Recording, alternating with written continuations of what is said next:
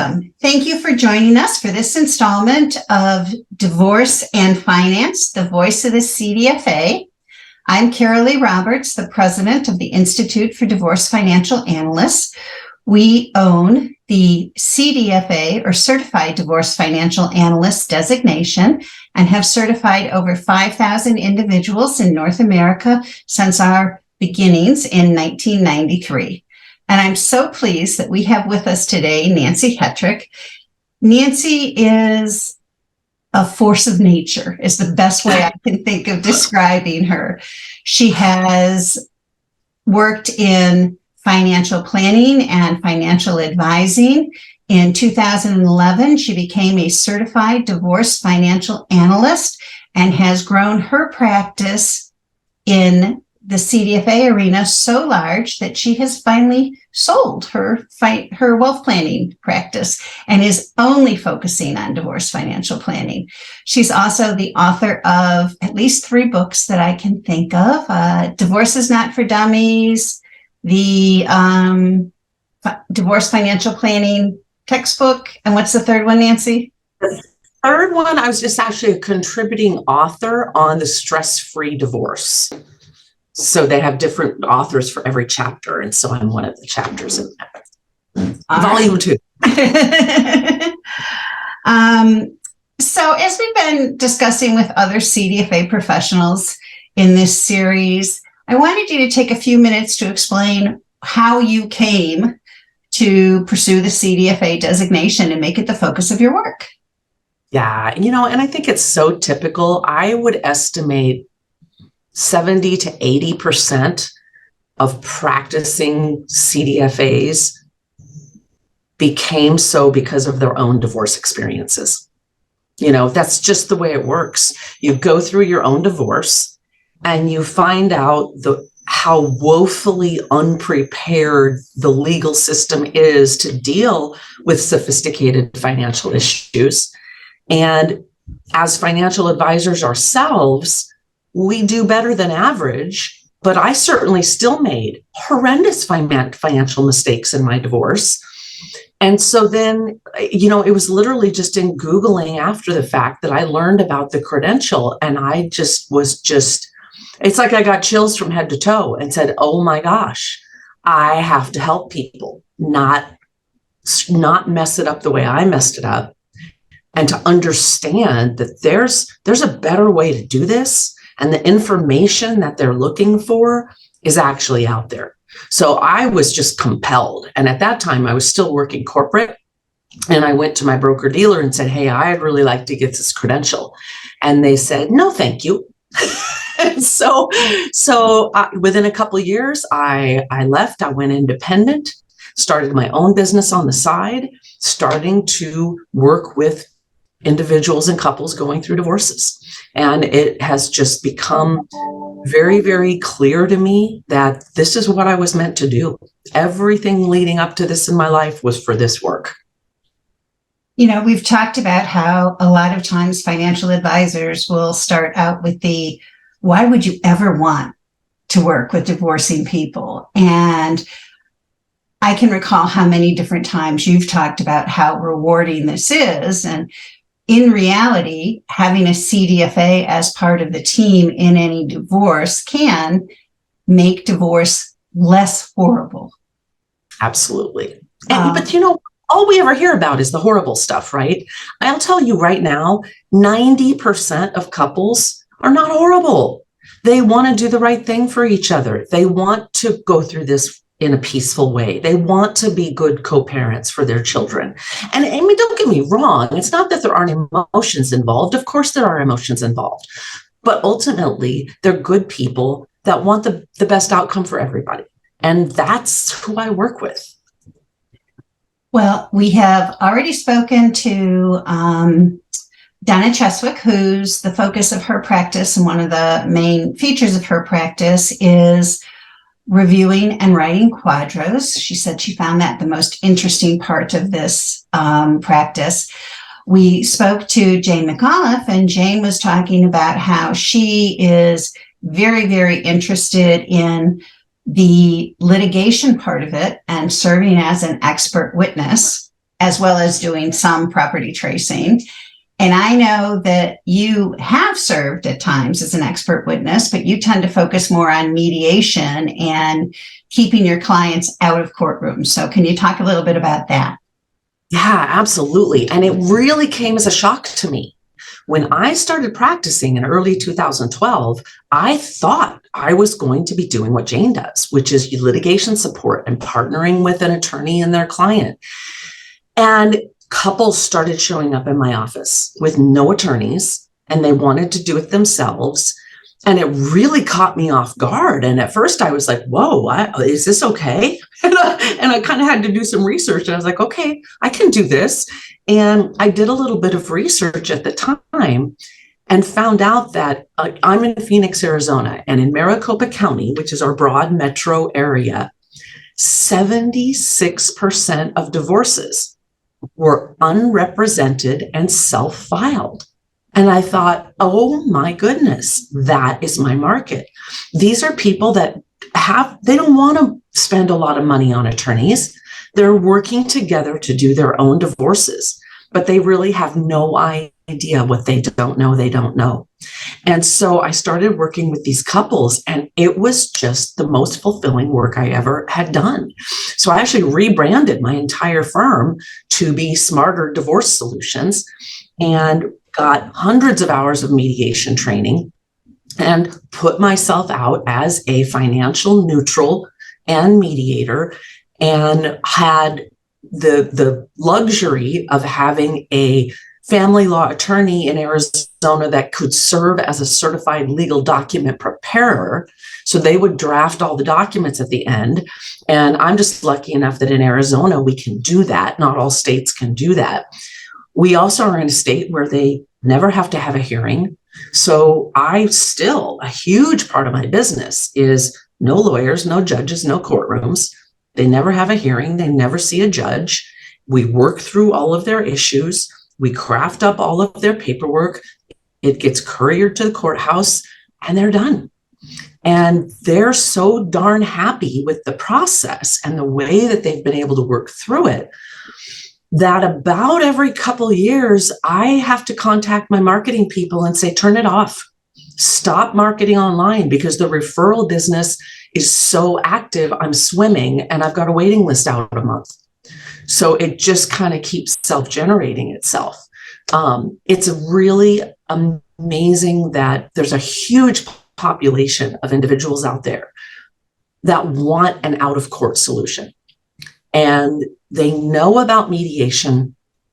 Sometimes they know about collaborative divorce, but I'm finding that's an education uphill battle as well.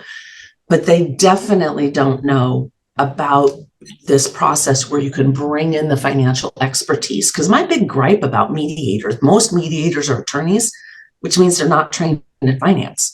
So a standard mediator is just going to kind of throw it back on the couple to be self-determining and figure out their own outcomes. And often the couple's like, we don't really know what's the best way to do it. And so that's where I think a really great model is a neutral mediator and a neutral financial partnering together. The outcomes for couples are just phenomenal. If you can think back to 2011, 2012, when you were just starting out, and you've been very open, and it's on your website that when you first got your credential, you're kind of like, now what? And I know that you've done just an incredible job helping other CDFAs answer that now what question. But if you could give one piece of advice to a brand new CDFA, what would it be? I think the first thing you have to do is figure out where you want to fit. Most people who say, okay, I want to go ahead and specialize in divorce as a financial planner or even a CPA, they're not very clear about where they want to fit in, and they don't even understand that there's multiple ways to fit in. Do you want to be working in advocacy and doing expert witness testimony? Do you want to be doing forensic engagements with separate property tracings and stock options and RSUs? Do you want to be more of a dabbler where you're really just kind of doing a financial plan for somebody getting a divorce? Or do you really want this to be the primary focus of your business, the primary marketing vehicle that will then feed clients through to your wealth management side? And if you're going to do that, then you got to be ready to dive deep and expand your learning, expand your knowledge, and expand the resources that you have available to these divorcing clients. I'm really, really passionate that if you're going to do this work in a concentrated way, then do it well. Do it really well and be the best. And as you mentioned, Carolee, when I started in 2012, I reached out to some of the more experienced practitioners, and they were busy. They didn't have time to help me. And, I'm just a little more stubborn and a little more driven than your average bear. And I've had my own businesses in the past. And so I tend to be kind of somebody that's like, well, okay, hold my beer. Let's figure this out. And 18 months later, I was averaging about 3 to 5 cases a month. And I have a background in adult education and training. And so the whole time I was building my business, I thought, I got to help people do this. This is not rocket science, especially now in the age of social media, online marketing, websites, and internet. You don't have to spend a boatload of money to get these businesses up off the ground. And so it was about 5 years in, and it hit me one day when I had to put people on a waiting list. I can't help everybody that needs help. One individual has a limited capacity, right? And I just kind of got the message that I need to build an army, and I need to make sure that everyone in this country that needs access to financial expertise during divorce has it. And the only way that's going to happen is if we help empower and lift up and really elevate the work that the CDFAs are doing out there and help them be successful. And so that's just become a real mission of mine. And so I really kind of do 50% of my time teaching and training and 50% of my time helping the divorcing public. If you could tell us about one of the more memorable cases or two of the more, just some actual stories from your working with divorcing couples, something that has stuck with you. My favorite couple ever were both marriage counselors. So 2 marriage counselors, and they were working with me as the sole professional. And I'll never forget, it was really early in my career because I was in a little teeny tiny Regis office, executive suite, just big enough for a desk and 2 chairs. So it felt very much like we were in a coffin. But as we would be mediating, these 2 were hilarious because they would do all of this therapeutic conversation. Well, I feel, and, I understand what you're saying, and I hear that, and I want to acknowledge that. And then every once in a while, they would talk a little bit more, and they would kind of go round and round and round and round, and then zing. And at one point, husband looked at wife and said, "Ooh, good one." They were so fun, and they were baby boomers. They'd been married 30 plus years. And often through our mediation sessions, they'd reach out and hold hands. And they were obviously best friends, but they had stopped being a romantic couple years prior to this, right? And I actually had contact with them about a year after their divorce was final. And they still, to this day, spend Christmases on Coronado Island with their new significant others, their adult children and their grandchildren, and they have this beautiful family Christmas. That's the way it can be. And I would just felt so privileged and honored to be part of that. I think the more you're around the CDFA community, the more stories like that you hear. I have never asked anybody for their most memorable divorce case and had them go right to a War of the Roses type scenario. More often than not, what I hear is the husband came to me, and he came to me because he wanted to make sure that his soon-to-be ex-wife was going to be okay, that she would have someone guide her through this process, or the couple came to me and they wanted to make sure that each other would be okay. And I think an important part of what we can do is let people know that that can be the norm. Absolutely, absolutely. And there's so many things people don't understand about the family law system.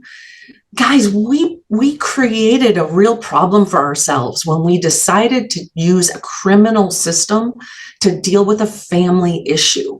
It was the weirdest thing when I had to take the stand and be questioned about issues in my marriage, like I was on trial or had created some, committed some crime.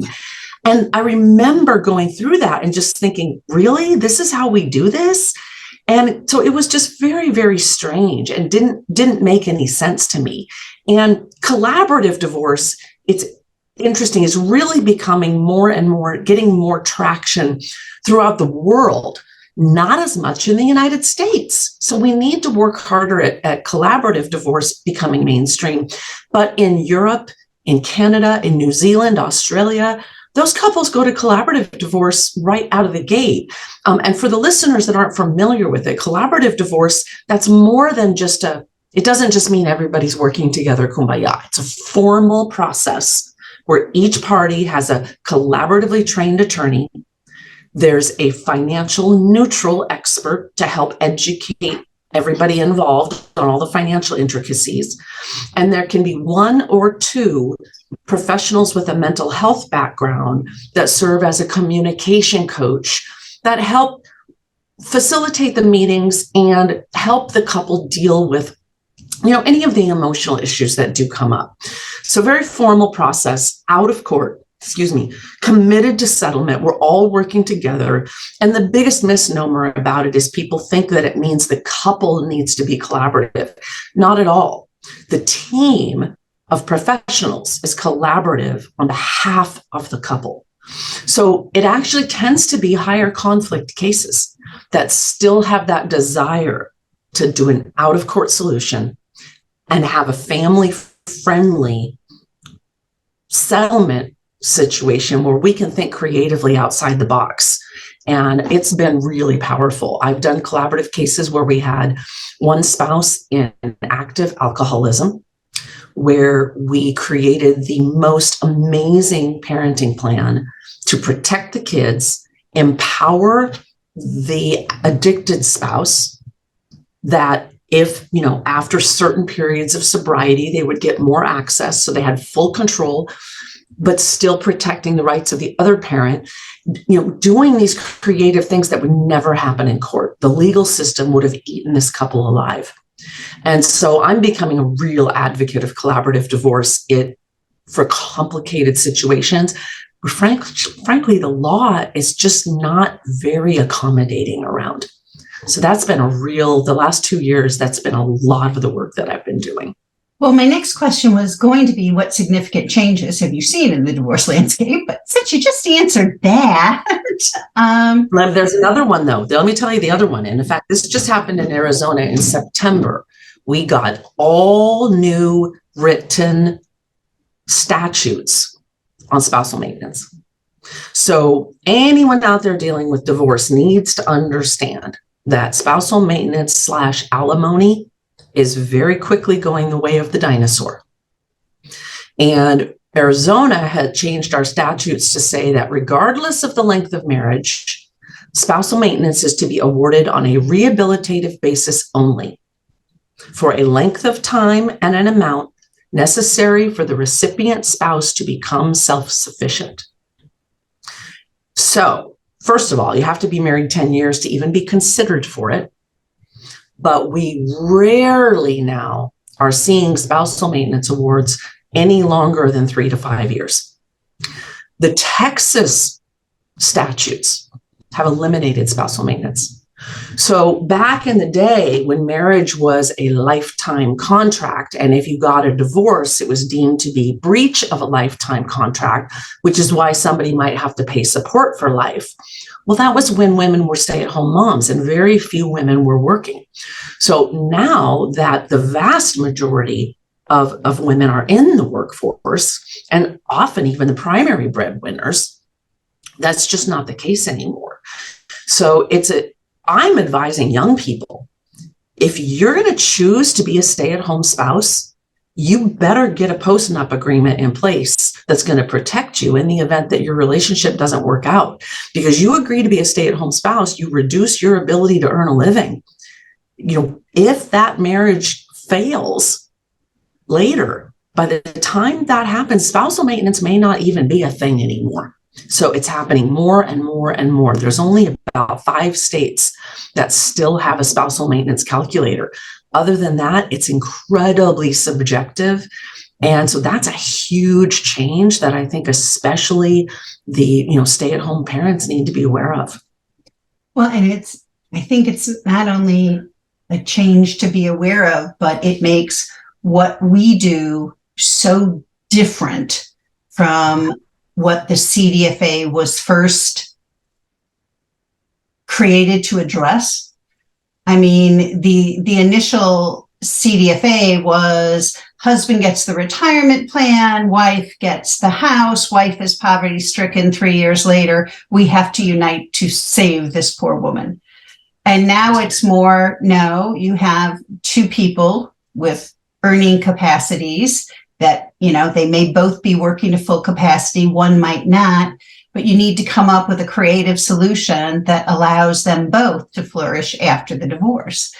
And the other impact I see of the changes in alimony and maintenance is I think we're also coming to a point where divorce financial advice and planning is no longer going to be looked at as a woman's issue. Right. Very much so. Very much so. I mean, I've actually had 3 cases this year where the women were the primary breadwinners. And it's interesting to me, though, how women still have this idea that they would never have to pay child support. It's funny. There's still some really embedded stereotypes. And so when they hear that, oh my gosh, they're horrified, right? Or alimony, because they have a spouse that, they've bugged for years to get off the couch and go get a job. You should have left years ago. And so a lot of those things are happening. The other most interesting thing, and we all have kind of been hearing about this in the last decade because the big study came out about gray divorce, and you and I have presented on it. The divorce rate among seniors has escalated significantly. And we have a cultural trend where young people are waiting to get married until later because of the normality now of cohabitating. And so typically I might have anywhere between, 15 and 30 active divorces going in my practice at all times. And it's gotten to the point where 70 to 80% of them are people that are over age 55. So much more financial complexity, right? We've got pensions, we've got vacation properties, we've got rental properties, we've got businesses. So there's a whole lot to unwind and a lot of opportunity to really use what they've created to be tax efficient so they both get to keep more of their own money. And that's my favorite way to work, is really optimize for both parties. Well, I'm so glad you took the time to talk with me today. I really appreciate it. It's always a delight chatting with you, and you know so much about divorce and how to help couples and what can be the value of a CDFA. So I appreciate your time today. Thank you so much for having me. I'll come back anytime you want. You say when. And I'm looking forward to more education like this getting out there for the public. Thank you, Nancy.